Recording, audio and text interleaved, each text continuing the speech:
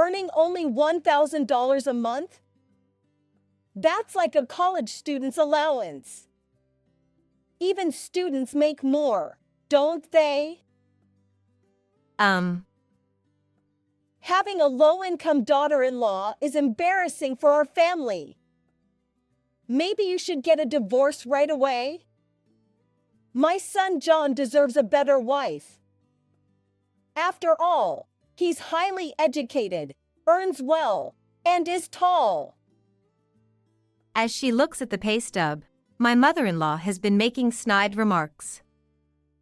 But the truth is, it's not even my pay stub. My name is Arya, and I'm a 32-year-old nurse.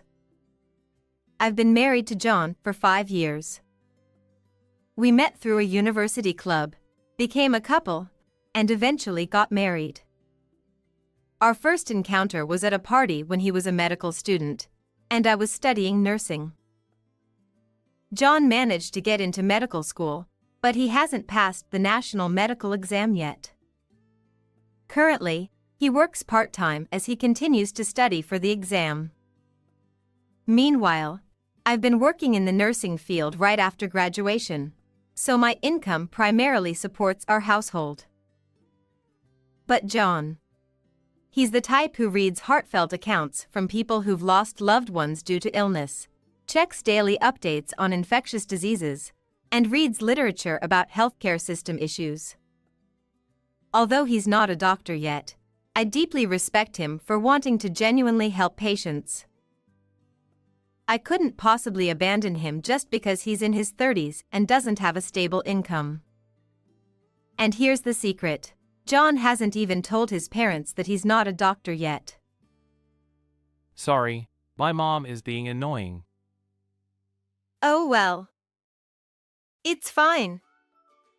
It doesn't matter. Even though I'm your wife, I've forgiven you, so you don't need to worry about your parents. Just follow your own path. You only have one life. And that was our little secret. As for why it hasn't been discovered, John works as a night security guard at the hospital where I work. Technically, he's employed by the hospital, so it's not entirely untrue. Although he didn't pass the exams, he still has knowledge, and I can provide him with information from the field. He can carry on plausible conversations, and no one suspects that he's not actually a doctor yet. So, during the rare occasions we meet my in-laws, I've been saying things like, "Oh yes, he's very popular with the patients." Sometimes, a gentle lie can be more helpful than a harsh truth. In reality, telling a patient, "You have only 3 months left to live, and there's no cure," is less effective than saying, "Your complexion looks good today, and you've had a hearty meal." Humans are like that. Now, let's talk about John's serious and honest personality. In stark contrast, my mother-in-law is quite difficult. She's the classic type who bullies her daughter-in-law. And she can't fathom why a doctor like John would marry a mere nurse like me. My mother-in-law boasts, Oh dear, there were plenty of better options. Like a dermatologist. A beautiful female doctor. I always respond with a polite, "I'm sorry." I genuinely support John's pursuit of becoming a doctor, even though he's currently just a university graduate working odd jobs. He's not even an intern yet. But John himself sincerely expresses gratitude to me. Thank you for everything. Always.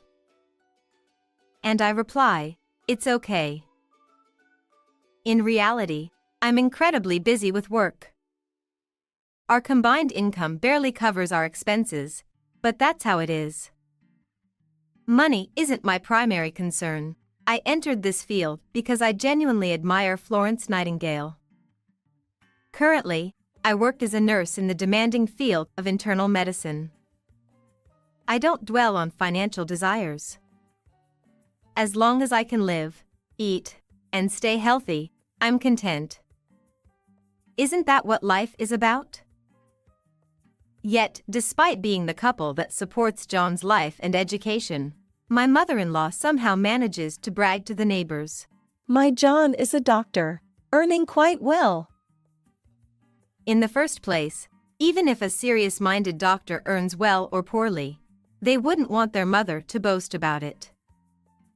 But my mother-in-law is relentless, always going on about money. Money, money. As for John, he has no choice but to remain silent and endure. Never in his wildest dreams did he imagine standing in a hospital wearing a security guard uniform. In her mind, she's proudly parading him around in a doctor's white coat, completely oblivious to reality. But honestly, even if he were striding confidently in a white coat, it's not something to brag about. I understand her feelings, but she should rein them in. I feel sorry for John, who's barely hanging on to his dream of becoming a doctor. After all this effort, it's heartbreaking to think that he might end up as a security guard. And he's genuinely suited for the medical profession, with kindness being his only weakness. And then there's my mother-in-law. My John earns $500,000 a year. She throws around speculative statements, and for John, it's an unnecessary burden to deal with the falsehoods. I've gently expressed my disapproval. It might be best not to talk too much about his job. It's for the sake of the patients, you know. Because really, if I put myself in the opposite position, would I want to seek treatment from a doctor whose mother is bragging when I'm feeling unwell? But my mother-in-law doesn't care. You're so annoying. You, a mere nurse, should consider yourself lucky to have married a doctor. Money can't buy status, you know, just a nurse. And she spews out hurtful words. I responded, yes, I apologize. Thank you very much for allowing me to marry John.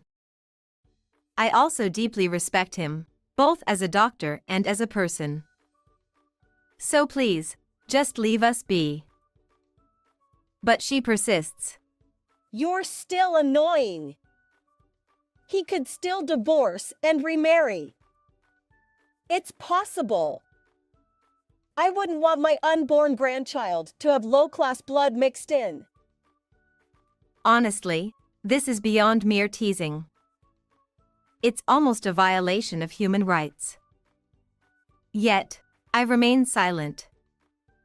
Somehow, compared to saving patients' lives or fulfilling my duty at work, my mother-in-law's snide remarks seem trivial. I can't even bring myself to engage with her properly. However, amidst those days, the long-awaited moment finally arrived. In reality, my parents-in-law's home is a 30-minute train ride from our house where my husband and I live.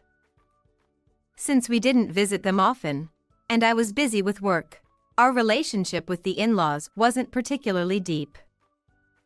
Thus, our previous lies had been effective. But one day, for reasons unknown, whether out of boredom or impatience, my mother-in-law suddenly showed up at our place. This house is so cramped. Why does my pride, John, have to live in such a shabby place?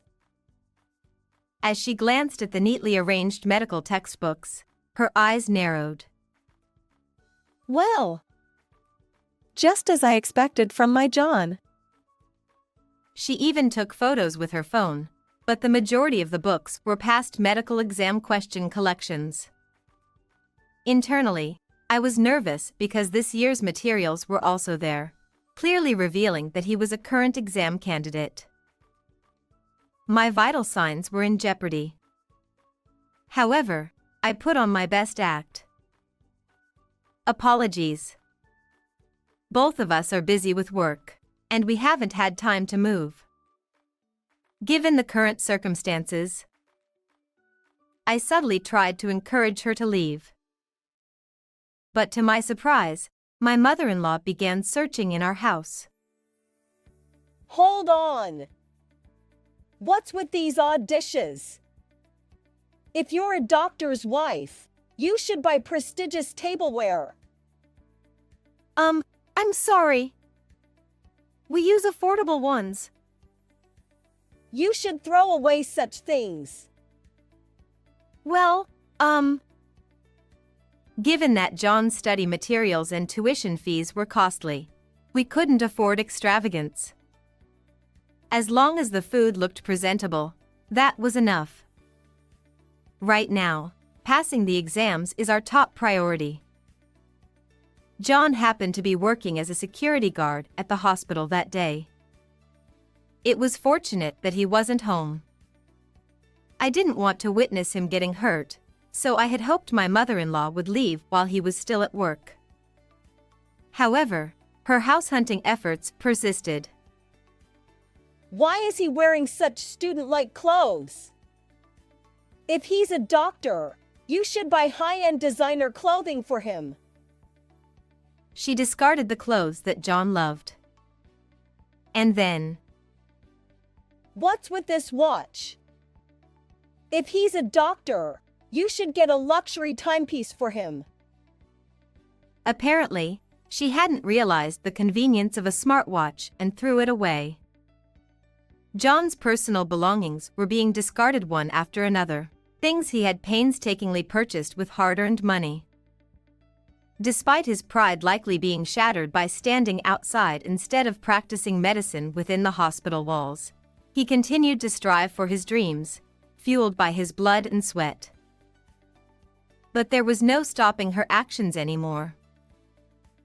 How can a doctor live such a poor life? It's because he married the god of poverty. Why isn't he living in a luxury high-rise? It's absurd. Unbelievable, really. I even thought we could go shopping together and get a nice bag from you. Before addressing John's status as an exam candidate, I had to point out that my mother-in-law's expectations of him were fundamentally misguided. As a fellow professional, I knew that money-driven doctors were out of the question. I apologize for being forward, but he's not that extravagant. Our current lifestyle aligns with our means. I subtly conveyed this, but my mother-in-law remained unyielding. You're so annoying. Do you know how much John struggled to get into medical school? And now we're waiting for the return on our investment in his upbringing and tuition fees. Yet, because of you, we're in this mess. Don't play games with me. The mother-in-law, perhaps increasingly agitated, did not stop her inspection of the house. She rummaged through the kitchen and then proceeded to check every closet, discarding anything that was cheap. Shockingly, she even started to open a box where utility bills and other papers were stored. That's when a pay stub appeared, showing an amount of about $1,000. John's name was clearly written in the name field, but whether due to her farsightedness or not, the mother-in-law didn't notice it at all. $1,000? She screamed. What is this? $1,000? You, a nurse. That's less than what John makes in a day. You, the wife of an internist, only making $1,000? Are you slacking off at work or what? She began to go mad. So this is why you're living in poverty. You're a money eater, aren't you? Not working properly, seducing a doctor while being just a nurse, working as if it's just a part-time job because it sounds good. $1,000 is nothing. You might as well quit. That money was what he earned, fitting in work between study times, on an $80 daily wage. It was a pure number that could never be considered the same whether it exists or not. But the mother-in-law's frenzy didn't stop, leading to the worst-case scenario. You poverty-stricken thing! Get a divorce now! At that moment, the sound of the front door slamming shut could be heard. John had returned home from his part-time job. He saw his clothes and watch, mercilessly stuffed into a trash bag, and his expression froze completely. Then, he began to pick up each item silently and carefully. But the mother-in-law. John, I'm not saying anything bad, but divorce this wife. Why? With your high education, high income, and tall stature, did you choose such a shabby woman? Your mother is sad, especially with a woman who earns $1,000. But John remained silent. His expression was stern, and I couldn't tell what he was thinking at the moment. Then, as if to deliver the final blow, the mother-in-law said, I've brought the divorce papers. Now, leave this dusty room quickly, throw away this disinfectant-smelling woman, and remarry a better woman. You're a doctor. Remarriage is natural. And she laughed heartily. Then John slowly stood up and finally said, Mom, I've been quiet until now, but I'm not a doctor yet. What? I'm sorry for keeping it a secret, but I haven't passed the national exam yet. And that $1,000 is. The mother-in-law, seemingly overwhelmed by surprise, turned to me for answers. Wait, what is he talking about? This $1,000 pay stub, it's yours, isn't it? Resigned to the situation, I replied, No, that's not mine. John then added, That's my salary. From my part-time job. No way! You were lying, right? No lie, it's the truth. I'm not a doctor yet. I've failed the national exam twice. The mother-in-law, either shocked by the revelation that John was not yet a doctor or by some coincidence, began to act erratically and then slipped on a newspaper ad she had scattered earlier, falling to the floor. Help me! She had slipped and fallen, but managed to brace herself with her arms, sparing her head, though her dominant right arm made a severe snapping sound and was likely broken. John and I quickly administered first aid to the patient and safely transported her to the hospital's orthopedic department. But then John said, Mom, I'm sorry, but please don't come to our house again. And I'd prefer you no longer think of me as your son. The mother-in-law was trembling from the various shocks when John continued. I knew you were boasting about me, and I tolerated it. I felt guilty for lying. But after being insulted so much for the money I worked hard to earn, that's a bit too much. I never imagined you weren't a doctor. Whether I'm a doctor or not doesn't matter. I'm an adult, and it seems we can't bridge our differences in values, so let's cut ties. And with that, John decided to sever his familial ties with his mother. The mother-in-law, whose only pride was boasting about John, seemed utterly deflated. Now, she reportedly stays home, too ashamed to face the neighbors. Later that year, John successfully passed the medical board exam. Though he was a bit older, he shone brightly as a new intern, never forgetting to show kindness, such as offering coffee to the security guards. And so, we were blessed with very peaceful and happy days. If only the mother-in-law had waited a few more months, her wish would have truly come true, and she would have seen John in his white coat. It's a pity, really, a case of reaping what one sows. How was this story?